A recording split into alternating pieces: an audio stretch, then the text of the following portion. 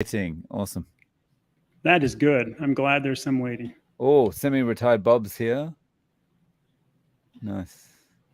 Hey, good morning.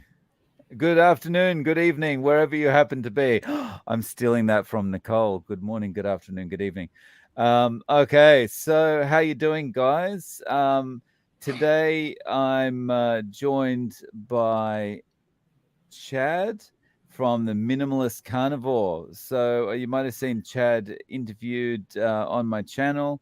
Chad, do you want to introduce yourself? Yeah, my name's Chad Dahlquist. I'm in Arizona these days, originally from Maui, where I used to teach scuba. And basically, I'll be 60 next month. And I've been doing carnivore almost 4 years. And it started from, I was 275 pounds and I quit looking at the scale. And so I might have inched up from there.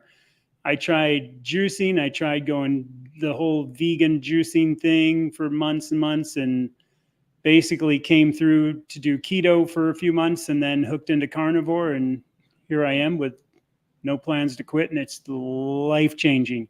I'm 5'11" to give you an idea. And I'm back down to 175 pounds, which I never thought possible at 59 years old. And on top of it, it's the no more joint pains, the mental clarity, all the things you hear carnivores talk about. It's all there. Awesome. So thank you for joining me today, Chad. And if anyone is watching, please also head over to Chad's channel, give him a subscribe. It's Minimalist Carnivore. We're going to take your questions or just have a bit of a chat. And if you do have any questions, please add a Q in front of your questions so that we can see it. All right. And also let us know where you're coming in from. We've got Bushnell, Tennessee, I think it said. We've got Brisbane. Hey, Cassie, how you doing? Cassie from Carnival Quest. Susie, how you going, Susie? Mark's coming in. Nice to see you, Mark. All right. And survival options. Thanks for staying up for all hours. I'm not actually making much of a sacrifice at the moment. It's 8 a.m. in the morning here, so that's a pretty normal time for me. But thanks. And who else is in? We've got okay. Oh, we've got Minimalist Carnivore. Yeah, had to say hello. Okay. I am curious for all the other carnivores out there have been doing it, if they found they can get up earlier now too, because that's something I've noticed that never happened before. I'm now a morning person and up, and I can just be up. There's not that getting awake. Really curious how many people find that. So if you feel like posting that, that'd be cool. Yeah. How are you at getting up in the morning? Okay. Anne from the UK. We've got Nancy coming in from North Carolina. Austin. And Robin from Southern California. Mike, Spring Hill, Florida.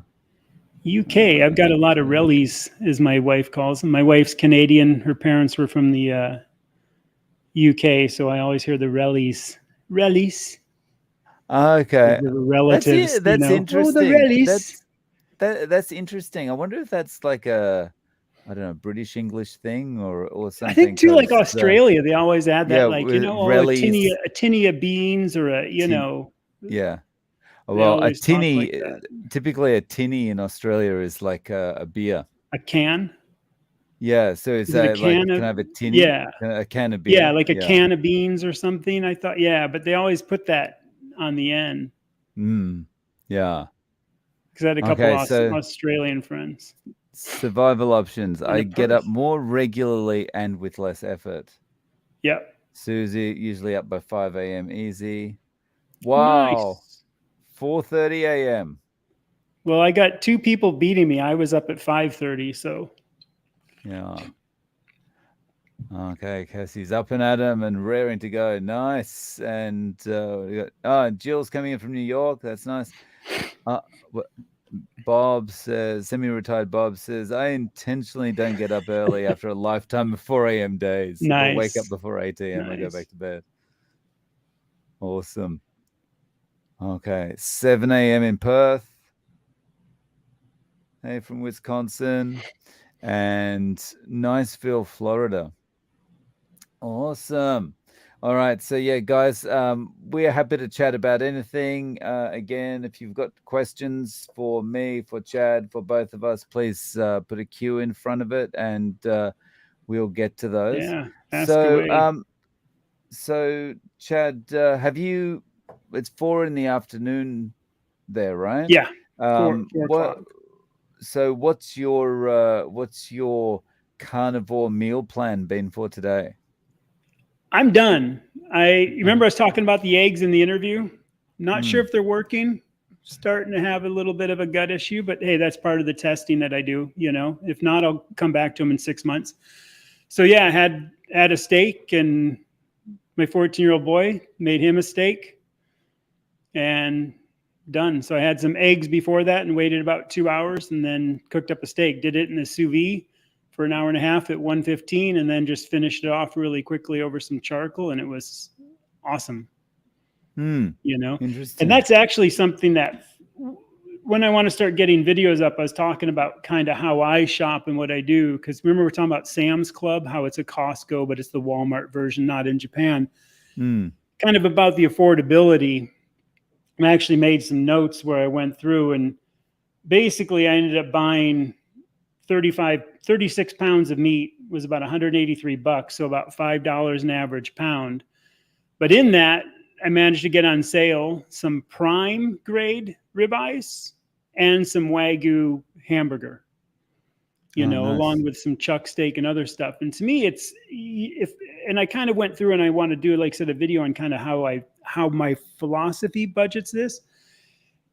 And when I take out like that prime grade ribeye, it only goes down to, what did I write? $4.50 a pound. So it's literally 60 cents a pound difference when I go shopping to actually treat myself to these great cuts of meat once in a while. Otherwise I tend to eat a lot of chuck steak. I think like most folks, I'm not rich. So, and I love chuck steak anyway, man. I just, I really like it. So nice. So we've got a question here. We've got a question here for you, Chad, from Cassie at CarnivoreQuest. She asks, "Hey, I've watched you guys. Why? Yeah, what is your why? What is my why? Carnivore? It started out to lose weight, and it turned into be, I can't believe how good I'm feeling. I thought when I started it, like I said, almost 3.5 plus, just over 3.5 years ago. Like I said, when I quit looking at the scale at 275 and I don't know where I was, hey, at 57, I think I was 56 when I started. If I could get down to 200 pounds, and again, I'm 5'11", I'll be happy, because all the doctors say, oh, you'll never get to your, prime weight of your 20s and 30s again. And it happened. It took about 1.5 years to kind of hit what I call my outwardly physical appearance plateau. And I could not believe the feeling. So the why was to lose weight. The reason I kept it going was, like so many of us have felt, it's just life-changing. The getting up early in the morning, the no more brain fog, the no more joint pains, the just everything about it. And it's nice and easy and simple. So hope that kind of answered it. But if you got more, glad to do more. Thank you. So Aries Monique is asking, my husband doesn't want to lose weight. How to maintain weight on carnivore? I would say, you want to take that one first, enough. Chad? Yeah, I would say I had weight to lose. So, I mean, I was definitely overweight, and now I still eat whatever I want to eat. And like so many of us say, you eat till you're satiated. So it's not like I'm holding back. And in the interview, I was talking about when I was testing dairy, which I test things about every 6 months to see. To me, dairy is a good way to add some extra weight. It works for me. every time. I put on 4 pounds no matter what. And it just goes to about 4 pounds and stays. So when I was doing the dairy here last week, I went up to like 182 and it just stuck like a needle. I never went off that. As soon as I stop, it starts going back down. So I think to not lose weight, if you are not, how do I say this? If you're overweight, you're probably going to lose it because your body becomes so efficient. But if you're prime weight of where you're at, you're not going to keep losing weight. Because I don't even do like weightlifting. To me, that's boring. I like walking. I like riding a bike, maybe some natural stuff. But I don't think you're going to lose weight if you're a healthy weight. Just to add, yeah, my feeling. I think I agree with what Chad said there. I think, yeah, you're only going to lose weight if you've got weight to lose. Your body's not going to start throwing away weight, weight or body composition that it needs to operate. You're always going to get to a healthy homeostatic level. So, yeah, I would think, but if you are kind of, you feel like you're just perfect where you are, you start doing carnivore and you start losing a little bit of weight and you feel like, no, I don't want to lose this. I would just be testing all the time, increase the number of meals you have in a day, reduce the number of meals you have in a day, change things like that around. And yeah, everyone's going to be different, so what would work for me in that particular situation, I'm not sure is necessarily going to work for everyone. So I would just be testing, and correct. Probably you're going to find the right place for you over a period of a few weeks to a few months. Okay. Here we go. Robin says, I'm not on carnivore diet but doing research. Lately I have had a lot of carbs and alcohol and my body feels so sluggish and bloated. Yeah, that's one thing that carbs are really good at doing is making you go crash on making the us couch. feel like that. That's Yeah. They're really good at doing that. And the second thing they're good at is making you want to eat them again. So yeah, I would of course you need to do your own research and find what's going to be good for you, but I would be certainly trying to get rid of the carbs as much as possible, the processed ones definitely. Yeah. Susie says, do you have reactions to seasoning? I had a spicy chicken sausage a few days ago and had a runny nose right afterward. Think that was a histamine reaction or something. So I'll just quickly say I don't have seasonings, so I don't know if I've got reactions to them. How about you, Chad? My 14-year-old boy, my 19-year-old daughter and wife, they still use seasoning. So once in a while, I'll try a bite of my boys. I'll make up a bunch of flat meat, and yes, I have reactions. I also have food allergies extreme to garlic and onions. So if I hit those, yeah, I notice it. And I also really just do salt. I really don't even care for seasonings anymore. Over the years, I got away. The first 6 months, I did seasonings.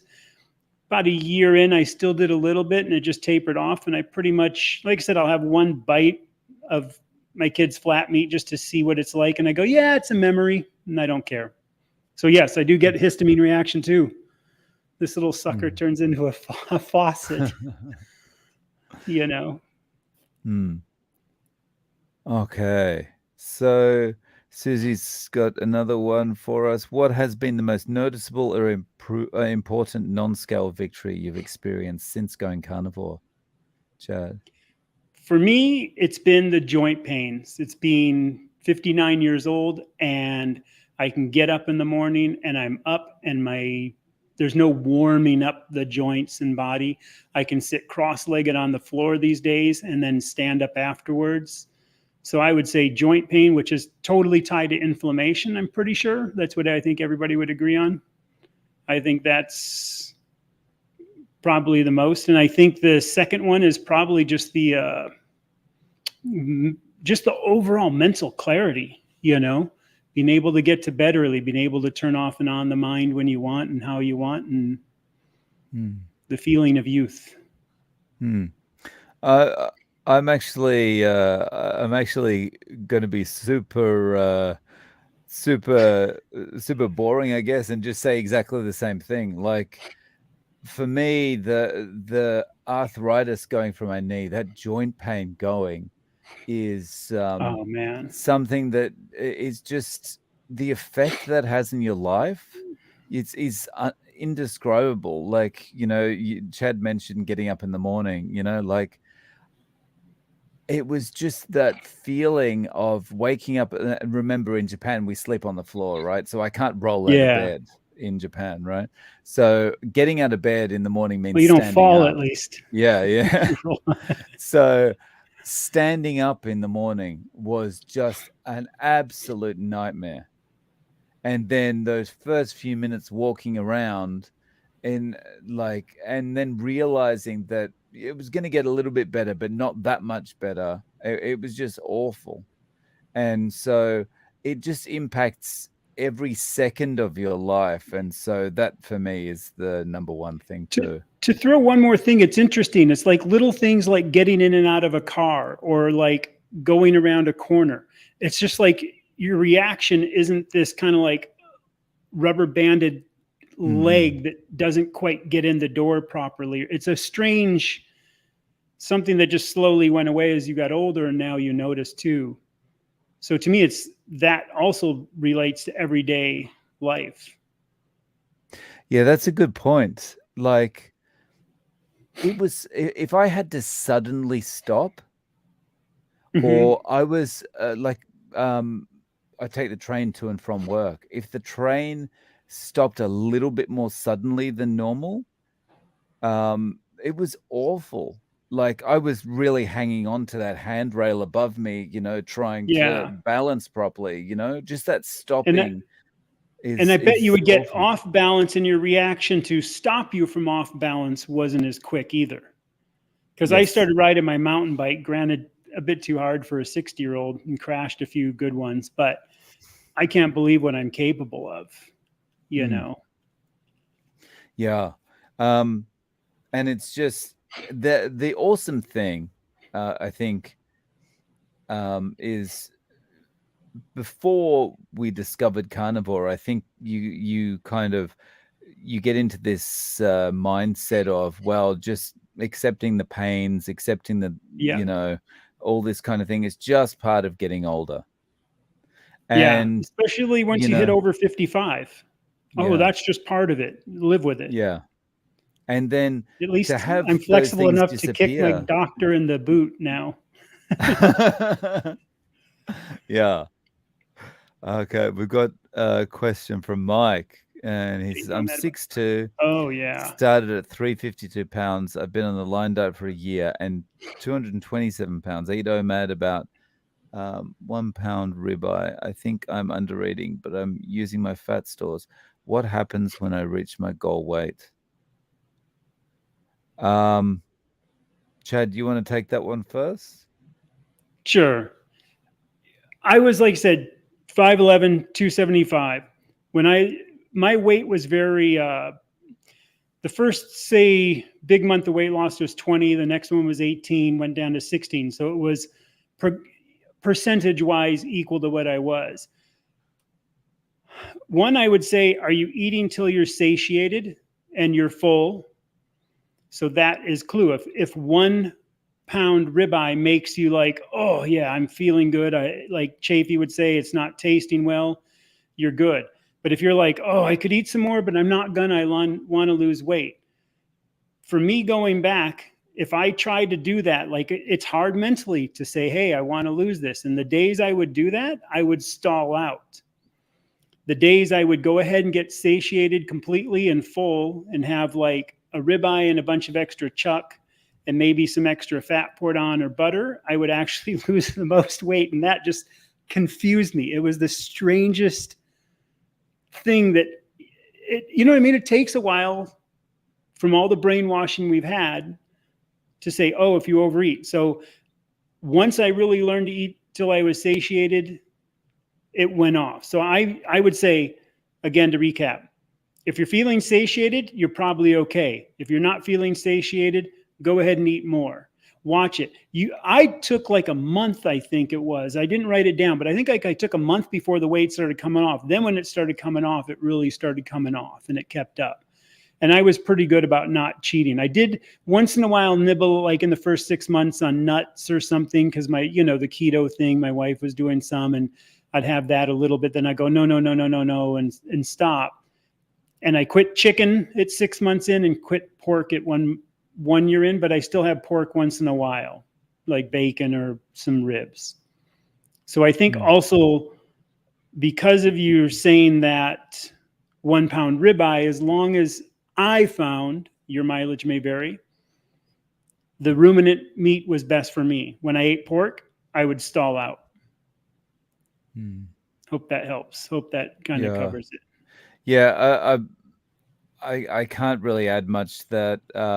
I think, yeah, you just eat till you're satiated. I think we tend to think that we can overeat because we're eating a standard American diet, which is, full of carbohydrate, and of course you can overeat on that, right? But when you're eating a normal, a proper human diet, then it's a lot harder to overeat, as Chad said. So yeah, just eat till you're satiated, and your weight should just be nice and even.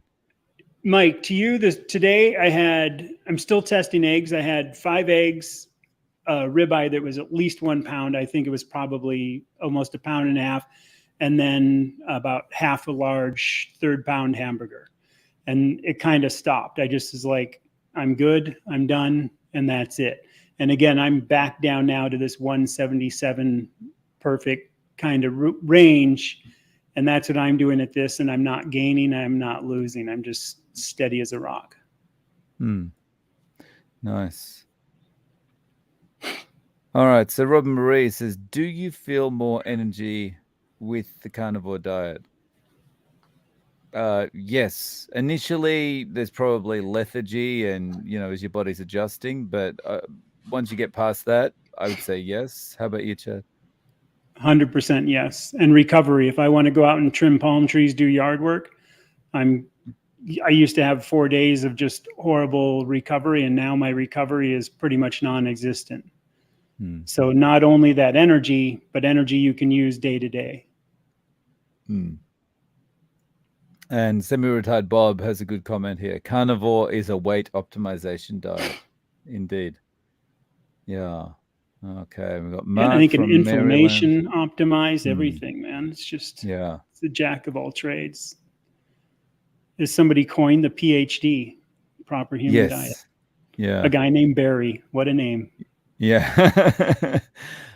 So like Pat says, do you eat high fat? Yes. Chad. Yeah.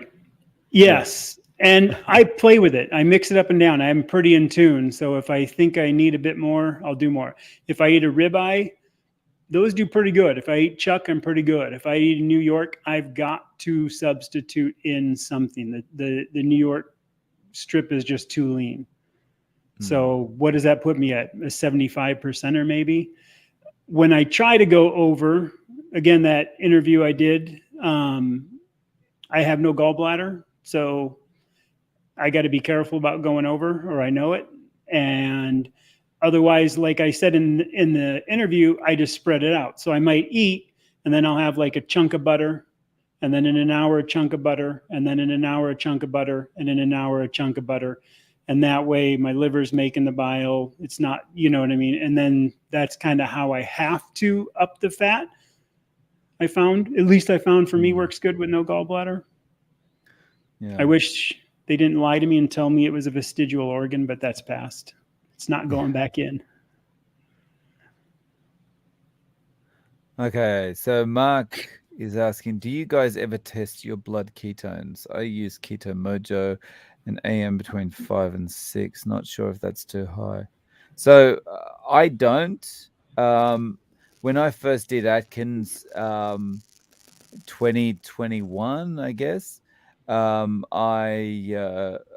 was testing ketones all the time. You know, I had the testing strips, and what I found is I was becoming obsessed with it. And you know, if it wasn't kind of the ketone test strips weren't like dark purple, showing I was in like super duper ketosis, I started to get depressed, and so I think it can be a bad thing to test all the time. How about you, Chad?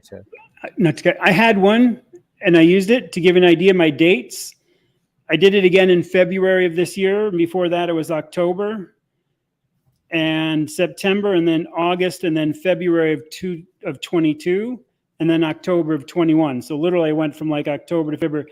Early on, I did it, and then I just found I thought too much about it. And after hearing some other people, it was one of those things when you first get into something, everybody's talking about it, and I think it's a good sales thing, if you will. I don't think it's needed. That's just me. I don't think it's needed. I think you just eat and it's going to work.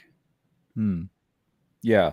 And I think when it goes too low or too high, that's just a fluctuation, and you know, your body knows the time of day. Doing. Yeah, your body knows what it's doing. Yeah, it's when you eat what you ate before. I know there's some, I forgot what it is, but you know, resting time, then after, you know, when you get up, and there's so many variables. So yeah, I did have it, and it's like, if it matters, see, like that's on my little screen, that the Keto Mojo, it probably won't focus on it, but my levels the last 2 times I did check were like, you know, lower, but I've been at this so long. So 0.7 and 0.9. 0.7 and 0.9. Yeah, those are my last 2 readings. Okay. Sometimes they would be up. Like I had one at 1.7, one at 1, 1.4, one at 0.5, one at 1.7, then back down to 0.7. And again, it's like I didn't feel any different those days, you know. So I just kind of got to the point where it's like, yeah. Yeah. Do you want to buy one? I'm just joking. I would say trust your body. Yeah. So guys, just before we continue, we got 75 people in the live at the moment. If you haven't already, please smash the like button. Smashing the like button really helps because it brings more people into the live. YouTube is very responsive with that. And so we can have a better discussion as well, because we get more questions, more people chatting. It's good for everyone. Okay, so survival options says, I've noticed a significant gain of lean muscle mass without exercise. Have either of you noticed that, and did it stabilize for you? Yes. Yep. Yeah.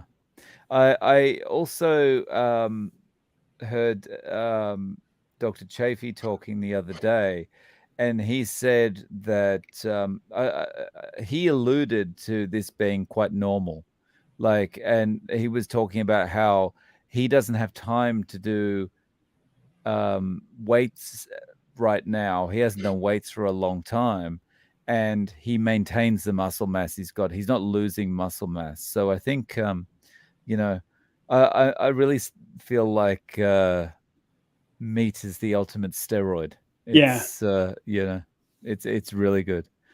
I haven't lost any. I don't plan on lifting weights. I just, like I said, I like riding a bike or walking or something. The only thing I thought about doing were like good old fashioned burpees and some other calisthenics, and, you know, do that kind of stuff. There's a thing in Hawaii, like they do for the surfers, that you take these big, huge rocks and you lift them up and you run underwater with them. It's a YouTube rabbit hole to look down and see. But a lot of surfers do it because it builds up your lungs and everything else. So you literally get these like bigger than a watermelon rocks. And, you know, I used to do weird stuff like that. So, because I used to be a big breath hold diver before I had all my issues. So I used to be able to go to over 100 feet naturally and hold my breath for 4 minutes. Wow. So that's impressive. we used to rock run. Yeah. I just can't imagine the amount of resistance from above, from the weight, and also from the pushback from the water. Wow. Yeah, it's pretty fun though.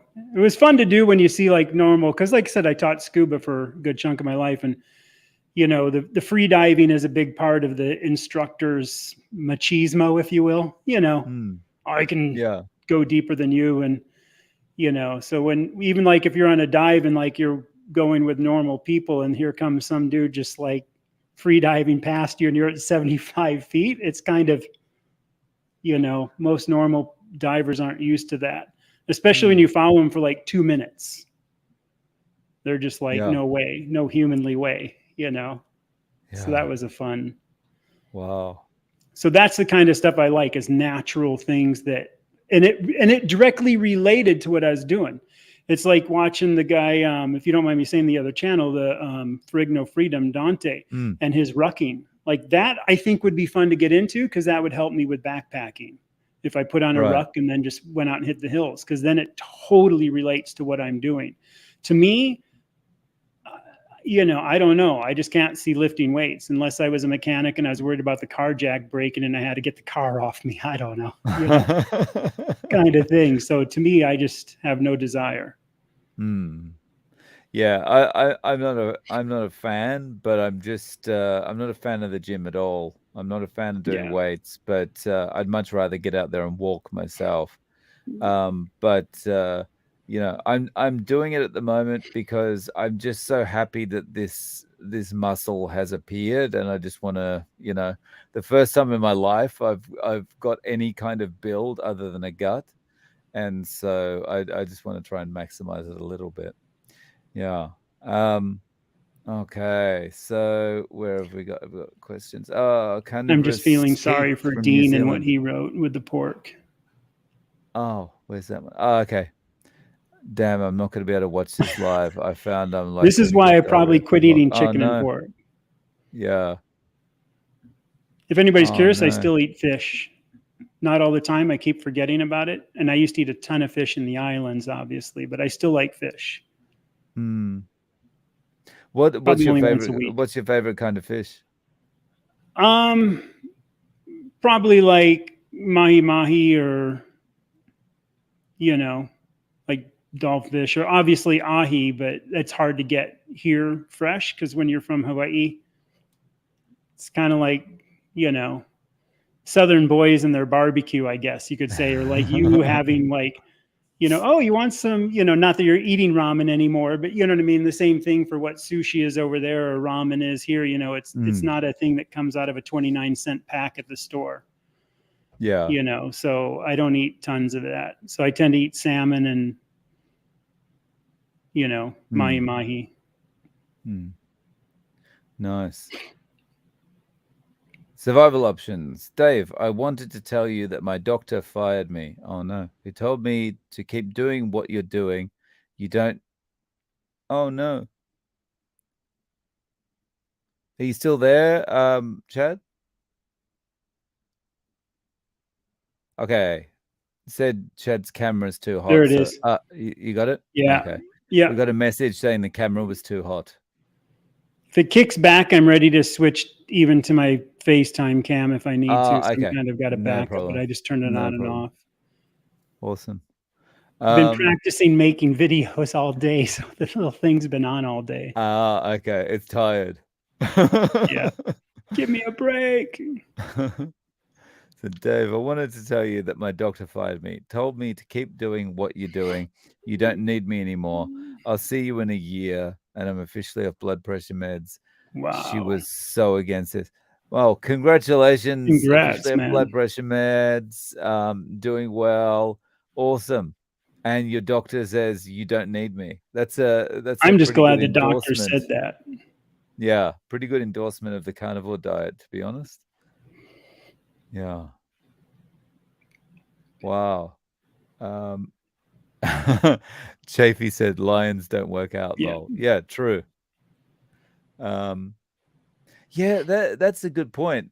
He said lions don't work out, and he was like, um,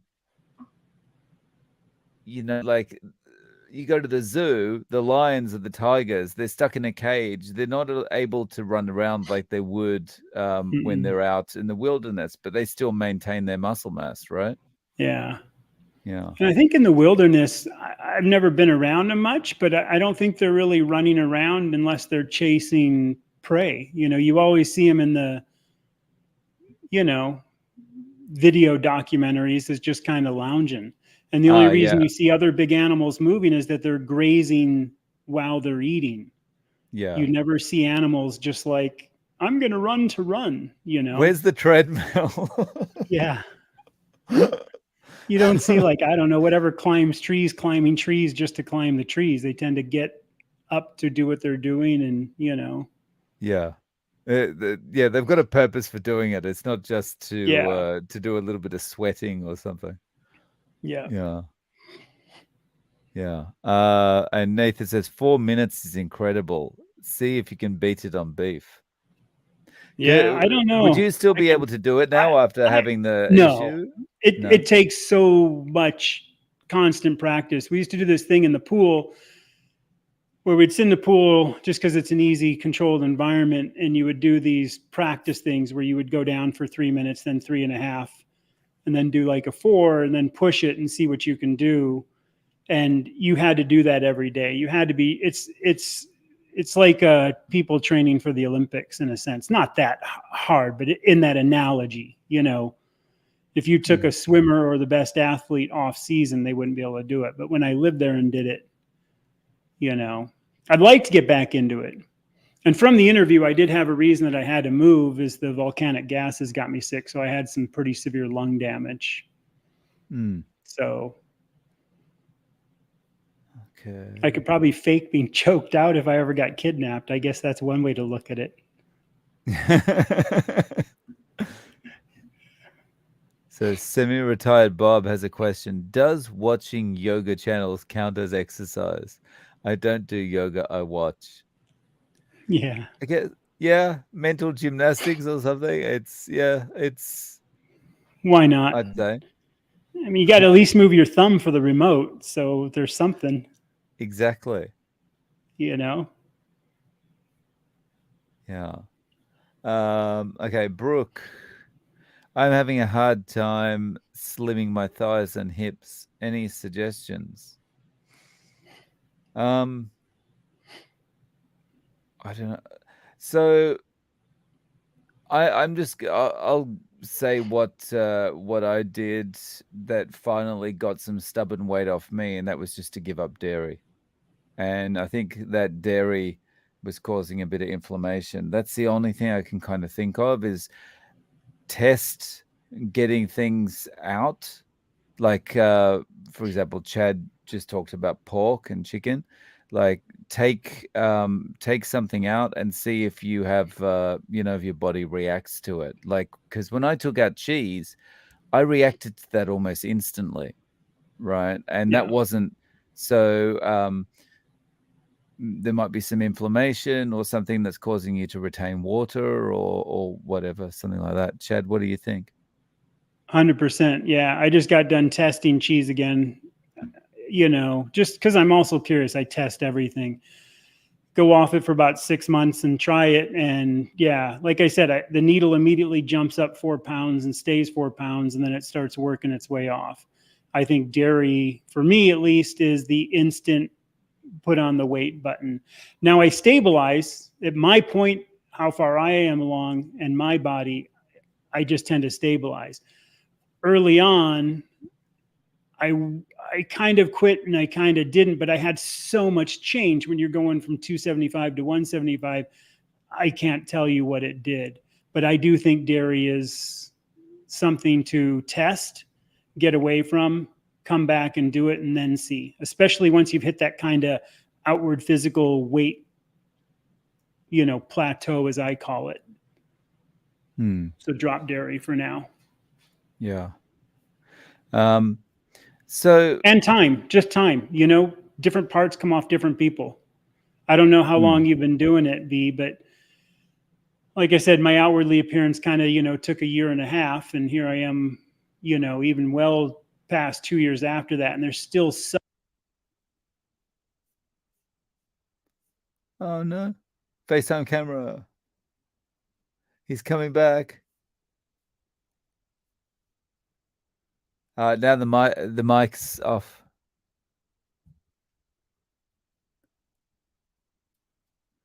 Okay, so there Okay, we now go. That's now it. that's That's working. it. Yeah. Yep. See, I was ready though. I had the camera lined up because I was ready, thinking that this was Nice. going to happen, but I knew it was going to take me a second to do it. So I was prepared. Sorry about that, guys. So, yeah, sorry. Can you continue with your thought, Chad? My thought was, again, my first plateau was a year and a half.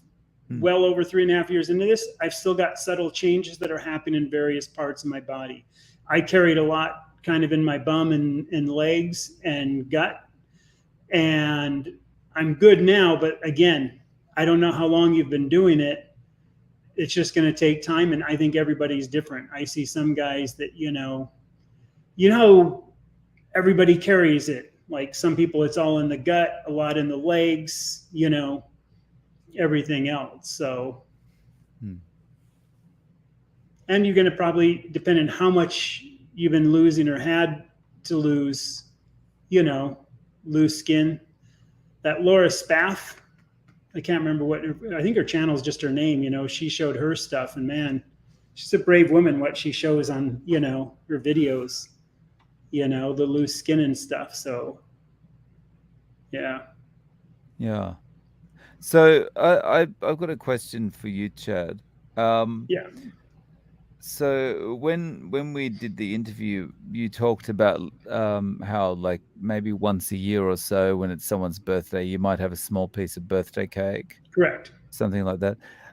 How how do you feel after you've had that piece of birthday cake? Like, yeah, do you I can also feel does it it. give you One any one bite, I cravings? can feel it.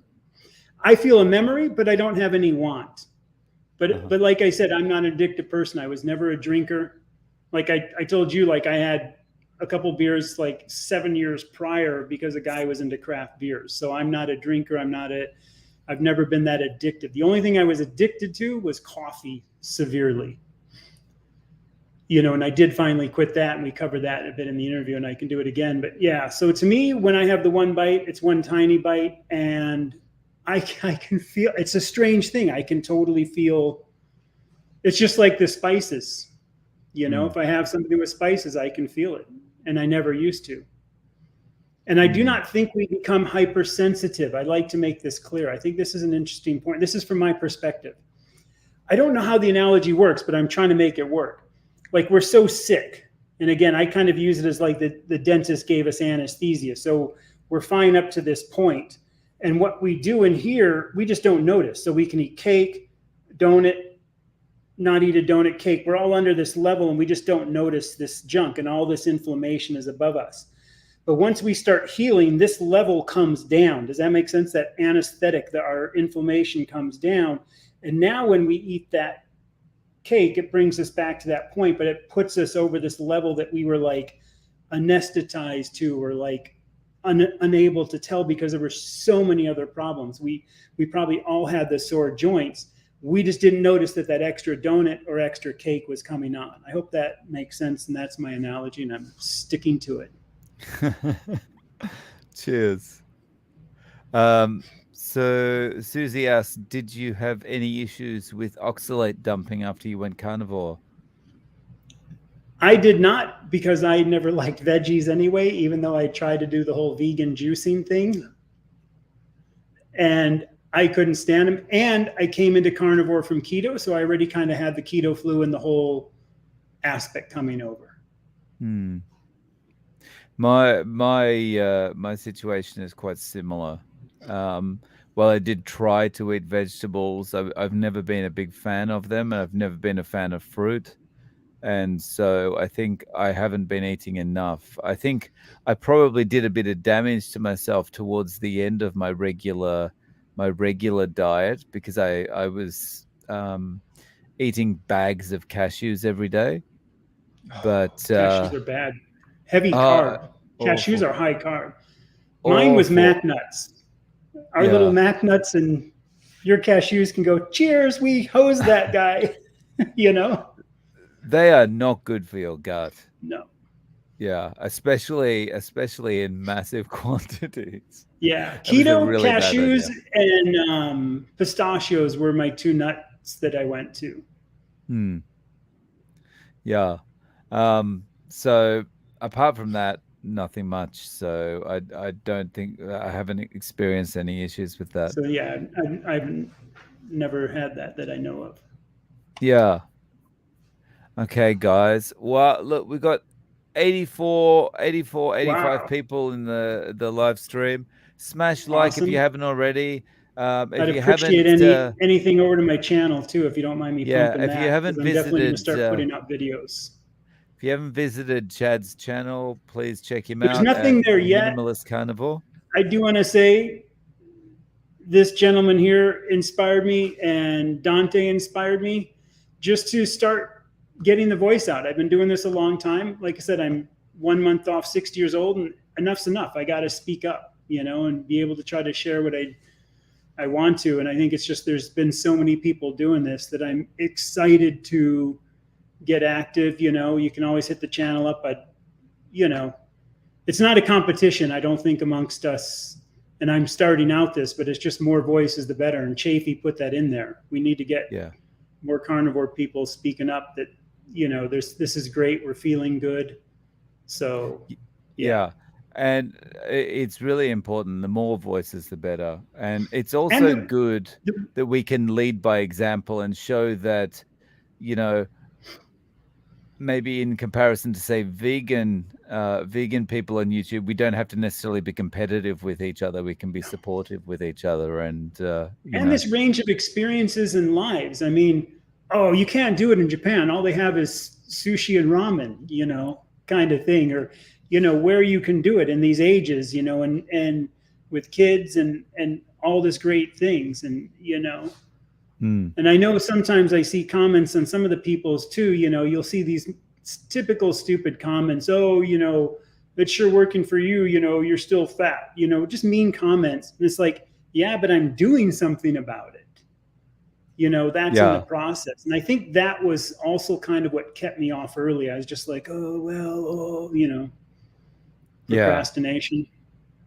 Yeah. You get used to it. You get all that. Like, and especially when you have particular videos that become more popular than other ones, those are the ones that the haters really go to. Yeah. You know, because and I'm working on not saying, you know. I'm working on not saying, you know. Yeah, well, I think the person that commented and said, you know, I think he was talking about both of us because we were both doing it as well. Yeah, well, it wasn't. And I even said that in that little comment. I said, oh, after watching that, I say, you know, way too much. And I even had speech in college, and I actually used to do speaking for a few years. I was actually a high volume retail trainer and stuff. So, but then when you're reading off a script, it's different. Yeah. This is the Hawaiian side of me that comes out. When you've got a direction you're going with a discussion, then it's a lot different. When it's more free form, then that's when the you knows and all that kind of thing just jump in naturally. Yeah. So I've probably missed a few questions here. Just 1 second. Let me go down. Okay. Mike is asking, when you suddenly cut the oxalates in your diet, your body is finally able to excrete the oxalates. These oxalates can bind to anything while exiting your body, so a multitude of symptoms can occur. Yeah. That's what I've definitely heard a lot of. And luckily, like I said, I was never, like you, even fruits, I was never a big fruit or veg.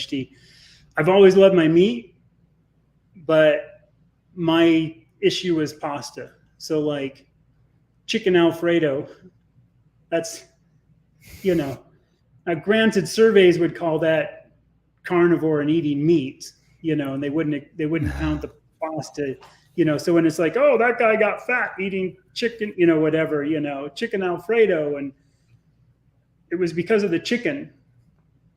So that was my issue. I don't think the oxalate things. Now the nuts, you know, the almonds, I had almond flour probably too much. So, but again, because I was already in that keto state, coming through that doing it, I don't know that I got enough from that. And I could, and to be honest, maybe I did have some, but I was just, at 275 plus and sick as a dog. I don't know what all was. Everything was happening. I was so sore and a mess, and mentally, physically exhausted. Yeah. But it could have been. So I should be careful with that. I could have been, but I wouldn't have known it. Yeah. Yeah, I think I'm the same as well. I should also be careful what I say, because it's like if you're in a car accident, your car rolled, and you would think, oh, was it because I banged my elbow on the dash on that third flip? Or was it because, you were in a car accident kind of thing? Yeah. So that's, yeah. Sometimes it's hard to sense where and what those things came from, I think. Yeah, and actually the SAD diet is quite like a car accident, right? It's yeah. The Low Carb Down Under was talking about SAD, and it's like, yeah, the standard Australian diet. And I go, oh, I didn't think about that. A standard American and standard Australian. I thought that was funny. That's that's good. Yeah. And then someone else said the other day, it might have been Sophia. She was talking about the standard UK diet, which is awesome, because that's like, suck or sud or something. So Survival Option says, I'm starting a channel as well. Nice. I reserve. Congrats, my friend. Meatitarians United. Awesome. Jump out there.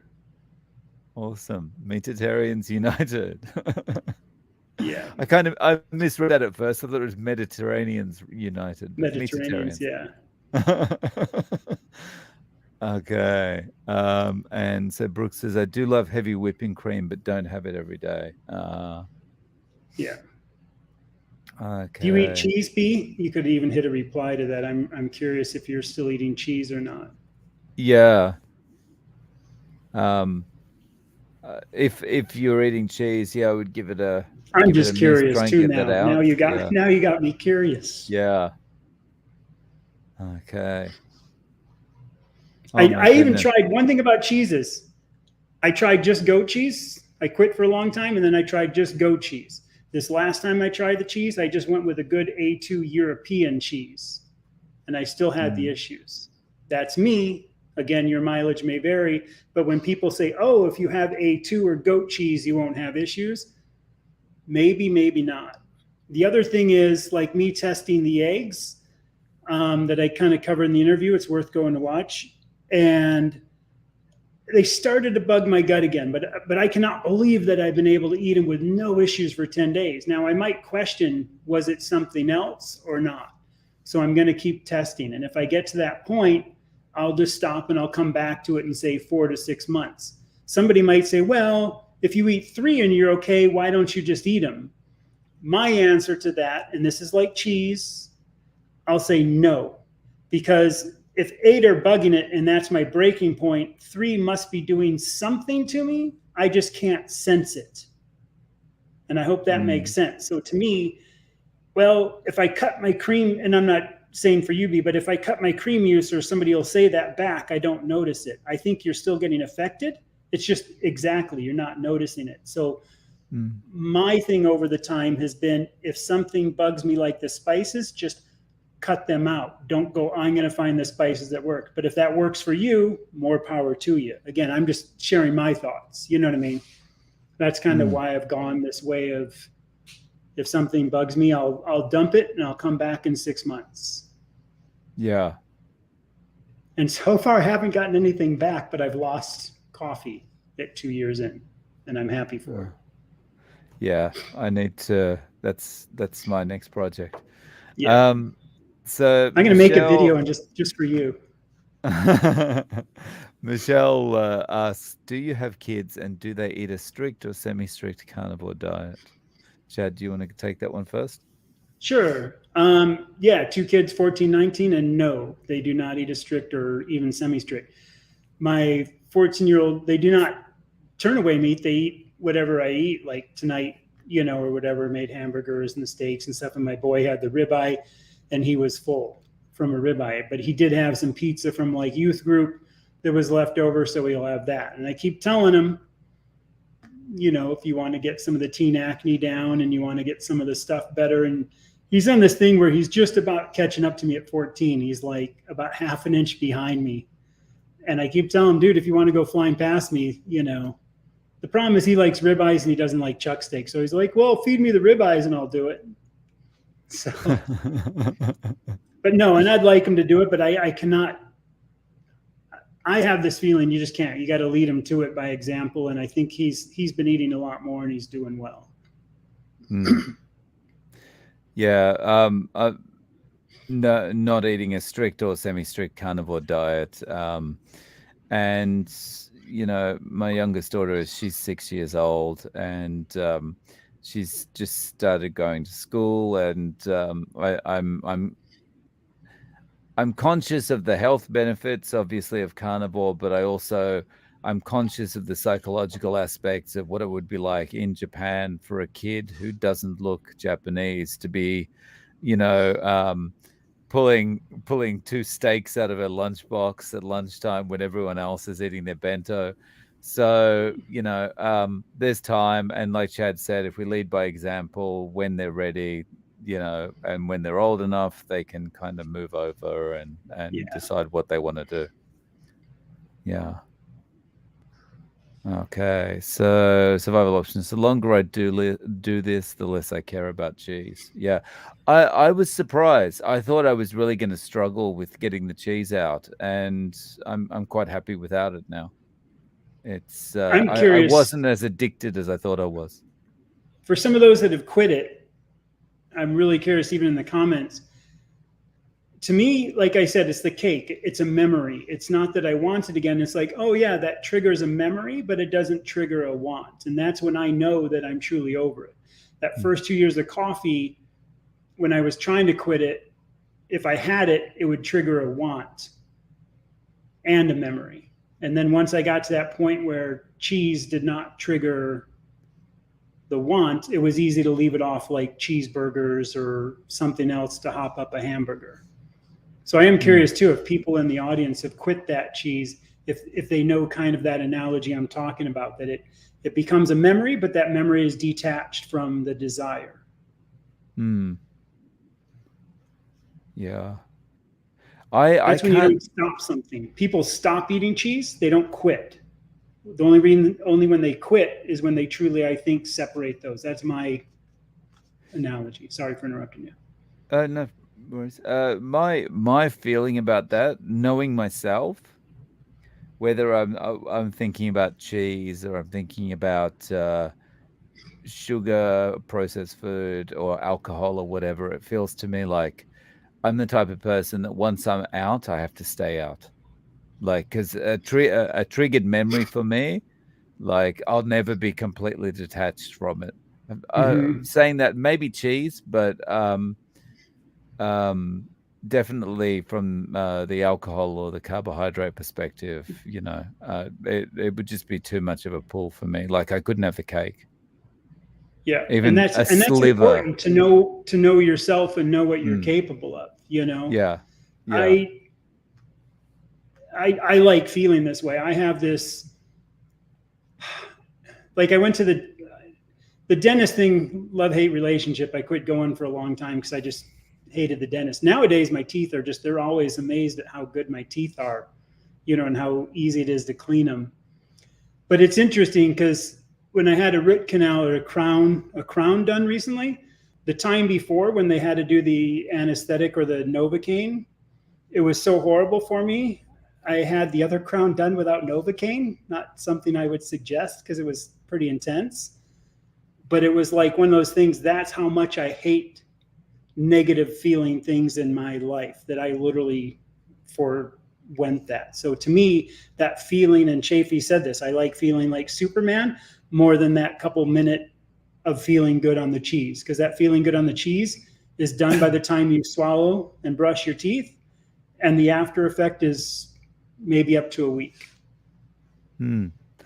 And was this Courtney Luna or was this Alia Wells that described it this way? I can't remember, but like describing those kind of foods, whether it's cheese or whatever, whether it's sugar or whatever, it's actually just mouth pleasure, really, right? Because it's not, it doesn't do all that much for you. I've heard the word Um, oral fixation, like that kind of like it's almost habitual. It's almost that, yeah, like we said before, and lots of people have said this. If you open the fridge and think what might be good, you're not hungry. It's just that kind of thing. And I think cheese right. falls into that. You open the door and that immediately hits you as good, so it's there because it is. It is, cheese is good. It's creamy. It's got great textures. It's really variant in flavors. From Hmm. there's so many things about it that I could see it being a very addictive. Hmm. Um, okay. That's So, interesting then. So yeah, so quest. he's eating cheese to gain weight on that previous Oh, one. let me bring that back up. Yeah, I've been eating cheese and other dairy because I'm trying to put on weight after two and years that on kind of carnivore. answers that Um, back. It's a good mm, way to do it. yeah, I mean, what is milk for? Bringing a baby cow or a baby animal to a big animal, and I'm sure everybody's heard that before. How many other animals keep drinking milk into their adult? I don't, yeah, yeah. That's a good point. Um, Carnivorous Keith is asking Dave, how do you choose who to interview? I like how you share everyday people's stories.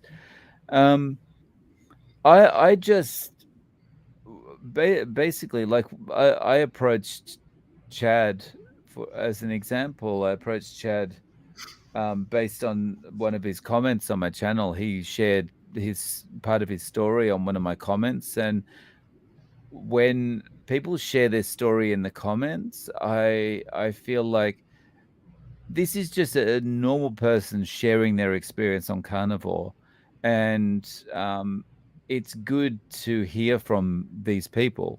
yeah, It's good that everyone gets to hear from these people. So of course, I like to interview like the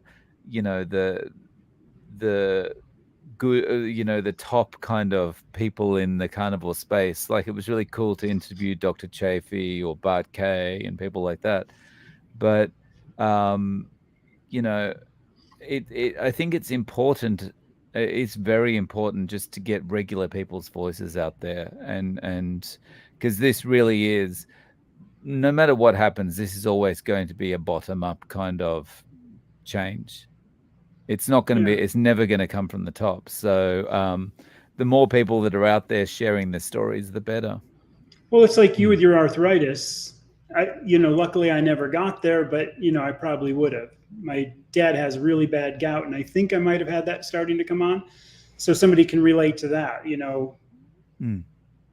I might Yeah, relate to somebody that's over that 55 range and trying to do it, and like, oh, well, I'll never. And it's like, yeah, you might get back down to your prime, you know, 20s, 30s if you were in shape then weight. It is possible. Same thing for these people who are over 65 or 70 and doing it. I love hearing that kind of stuff. Oh yeah, I'm this age and doing this, and you yeah, know, I mean, at 20, I could eat anything and still be okay. And not discounting what they're doing, but I wish I had known what I know now going back. But mm. I just think Yeah, it's great to have a wide range of voices. And that's even why I always definitely. shared my story on things, just so people could do it. And I just needed the inspiration to jump on the YouTube. Yeah. Yeah, it is really important to get all the voices out there. Um, sorry, I have to be preparing for work at some point. So I've got about 10 more minutes on the live stream today with you guys. So if you've got any questions for Chad and I, please punch them in. And we do have one up here from Carnivorous Keith. What's Chad's YouTube channel? Good question and perfect timing for such a question. Yeah, So please head over to. Oh, Chad, do you want to talk about your it's channel? at minimalist carnivore. If you even jump out and see my face in that other interview I did. There'll be a link there, so you make sure you don't misspell. Just minimalist, MINIMALIST carnivore. I could have chosen an easier name, but I'm also kind of a minimalist in, like, clothing and what I do and what I like. So, and I'm really a minimalist carnivore. I'm like salt, meat, and I've narrowed that down over the years, so everything kind of works together. But yeah, I'm just hoping to put up a bunch of stuff. I'm getting the content together, getting some stuff, and I'm going to start posting. I want to do some of the same interview stuff, just from a different perspective. And again, maybe when a few other people reach their stories that are smaller, if you will, do you know what I mean by smaller people? People that don't have a presence, people trying to pick it up like myself. I think that has just as much value as anybody else. I really do. So I just wanted to say, I was just having a look. I did put it in. So if you're watching this on my channel, there's a link to Chad's channel in the description. One day I'll figure out how to hook up this live thing to mine, but it didn't work. So yeah, Minimalist Carnivore. So it's the second link in the description under this video. Thank you for that. No worries. Okay, so we got any other questions here? Questions. Okay, from Brooke. Okay, I wish restaurants had more true carnivore menu items, like they push vegan, right? Yeah, you know what? I feel like they're only pushing vegan because they think it's going to make them money.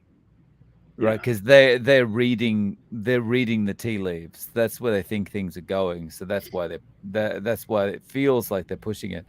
I think for businesses, if there's more of us going in and saying, I just want steak or whatever, then they're eventually gonna notice that kind of thing. It's gonna be a slow process, just like veganism has been a slow process, but. Yeah, my feeling is it's 100% just a business decision. How do you feel about that, Chad? Yeah, and I just get worried if they're going to, use some junk oil to help fry the steaks and, to connect them to the plate or something. That's my only thing. Me, I'd rather go take that money and just go buy a steak and cook it. So that's kind of, a social issue of not wanting to or caring to going out to eat. I know the quality of what I'd get. The other side of it is, and this doesn't mean I do wish restaurants would do more, but I also find that the way I can eat with this, I'm so satiated that I really find I could probably skip a restaurant if I was traveling somewhere and didn't need to eat out. It's amazing how many do it. That Laura Spath, again, she does really good videos because she does go out for her work, and she's always posting these, videos of, hey, here I'm at this restaurant. This is what I get. This is how you order it. So if you are curious, she had good info on that, because she travels a lot. I just go in with a steak from Costco and go, hey, can you guys cook this for $10 or something? And watch what they say. And here's the butter to cook it in. Yeah, exactly. I wonder what they would do. Yeah. When I was like in Japan, if you kind of go into a regular restaurant, like not a yakiniku restaurant, there's a regular old restaurant, and you say, look, I'll have the steak, but I don't want anything on the plate. I don't want any vegetables. I don't want any like sauces or whatever. They kind of look at you a little bit like you got your head stuck on backwards. Like, what? Or you'll get someone saying, oh, but you can't have a discount or something like that. And it's like, that wasn't the point, Yeah.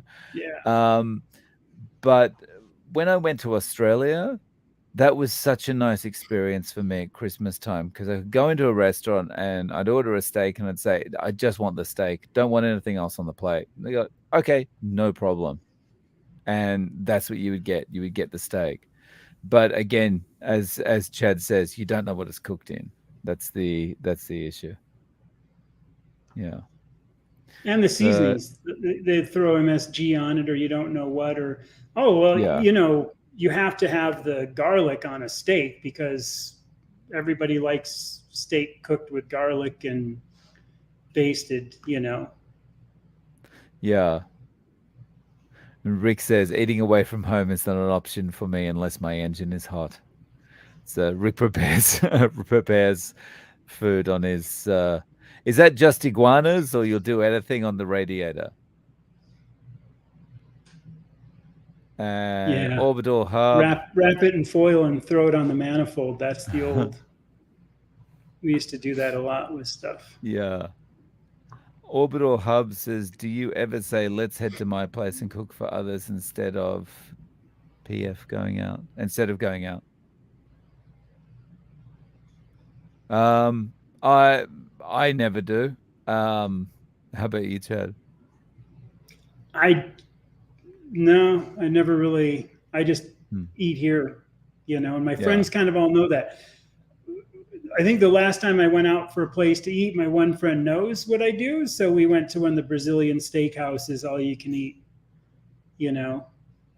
And there I did have a couple of seasonings because I just tried everything. And then once I tried through everything, I just went back and I told the guy, I said, really, if you want to do me a favor and do you a favor, only bring out fatty cuts of meat that are good. That's all I Hmm. want are the fatty cuts of meat.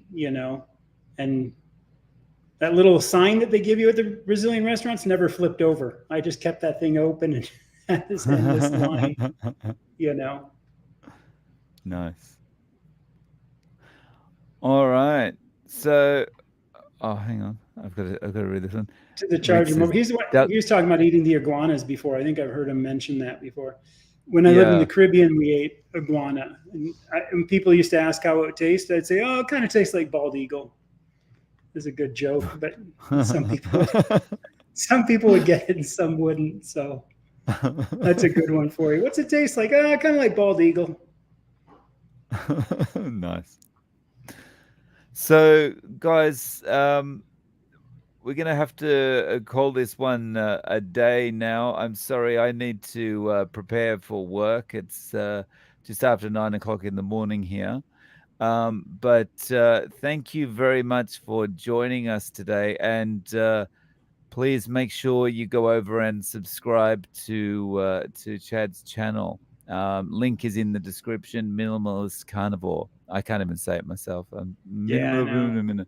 Minimalist Carnivore. I chose the name. So, Chad, any last words? No, appreciate everybody and had a great time. And feel free to reach out too if you do have questions that you're kind of curious, or if there's something that you're a little bit shy about. At least reach out to the YouTube. I think I've got all my information up there. It's getting up there all this week, so I definitely would try to help and reach out. Awesome. Thanks, guys, and see you in the next one. Cheers.